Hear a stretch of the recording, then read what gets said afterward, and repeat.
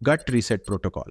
गट reset का मतलब भूखे रहना या अचानक कोई डिटॉक्स ट्रेंड फॉलो करना नहीं है। यह एक वैज्ञानिक, स्ट्रक्चर्ड और धीरे धीरे असर दिखाने वाली हीलिंग प्रोसेस है जो आपके पूरे डाइजेस्टिव सिस्टम को बैलेंस में लाती है। जब हम लगातार प्रोसेस्ड फूड, अनियमित मील टाइमिंग्स या ओवरथिंकिंग जैसी आदतें रखते हैं तो गट अपनी रिदम खो देता है। इस प्रोटोकॉल का मकसद है गट को रीसेट करना, सूजन को कम करना और शरीर की नेचुरल एनर्जी व क्लैरिटी को वापस लाना। Step 1, remove the triggers. शुरुआत हमेशा क्लीन अप से होती है, यानी उन फूड्स को हटाना जो आपके गट को परेशान करते हैं। इसमें डेयरी, ग्लूटेन बेस्ड प्रोडक्ट्स जैसे ब्रेड, पास्ता, बिस्किट्स, तले भुने snacks, cold drinks, pack juice और ज़्यादा मीठी चीज़ें शामिल है। इनकी जगह आप ले सकते हैं हल्की पकी सब्जियां जैसे लौकी, तोरी, पालक, मूंग की दाल, खिचड़ी, स्टीम राइस और सौंफ या तुलसी जैसी हर्बल टीज। पहला उद्देश्य है गट लाइनिंग को आराम देना और सूजन को घटाना।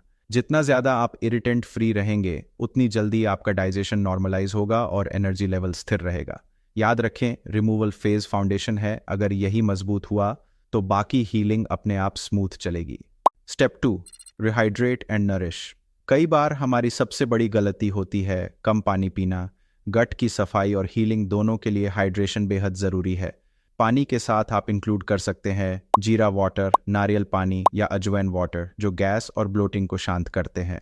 साथ ही अपने मील्स में धीरे धीरे फाइबर जोड़ें जैसे ओट्स, चिया सीड्स, बीटरूट, गाजर या स्वीट पोटैटो।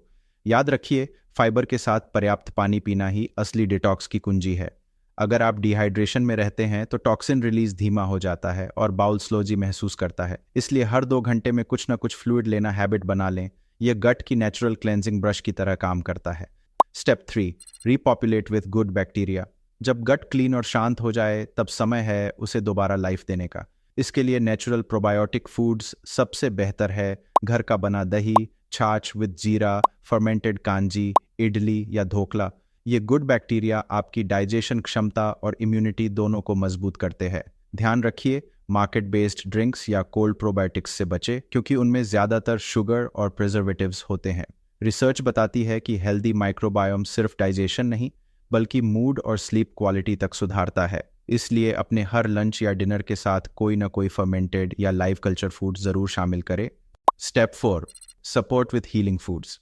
अब गट को बैलेंस में लाने के बाद आपको उसे हील करने के लिए कुछ विशेष फूड्स की ज़रूरत है। अपनी डाइट में शामिल करें हल्दी और ब्लैक पेपर का कॉम्बिनेशन जो सूजन कम करता है, एलोवेरा जूस जो गट लाइनिंग को शांत करता है और बोन ब्रॉथ या मूंग सूप जो सेल रिपेयर में मदद करता है। ये फेज गट की रिकवरी और रीबिल्डिंग दोनों को तेज करता है। आप चाहें तो रात में 1 कप गर्म हल्दी दूध या हल्दी वाटर भी ले सकते हैं। ये माइल्ड एंटी इन्फ्लेमेटरी ड्रिंक की तरह काम करता है।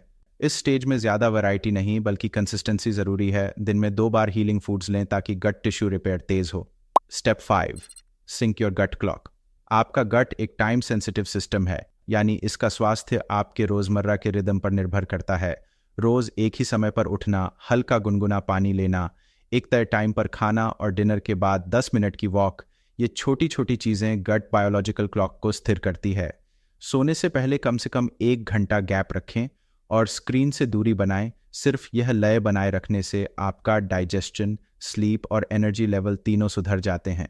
अगर आप बार बार लेट नाइट ईटिंग करते हैं तो डाइजेस्टिव एंजाइम्स डिसबैलेंस हो जाते हैं। इसलिए eat with the sun, rest with the moon, यही सबसे सिंपल और पावरफुल गुड हीलिंग मंत्रा है। 10 healthy habits to maintain a strong gut।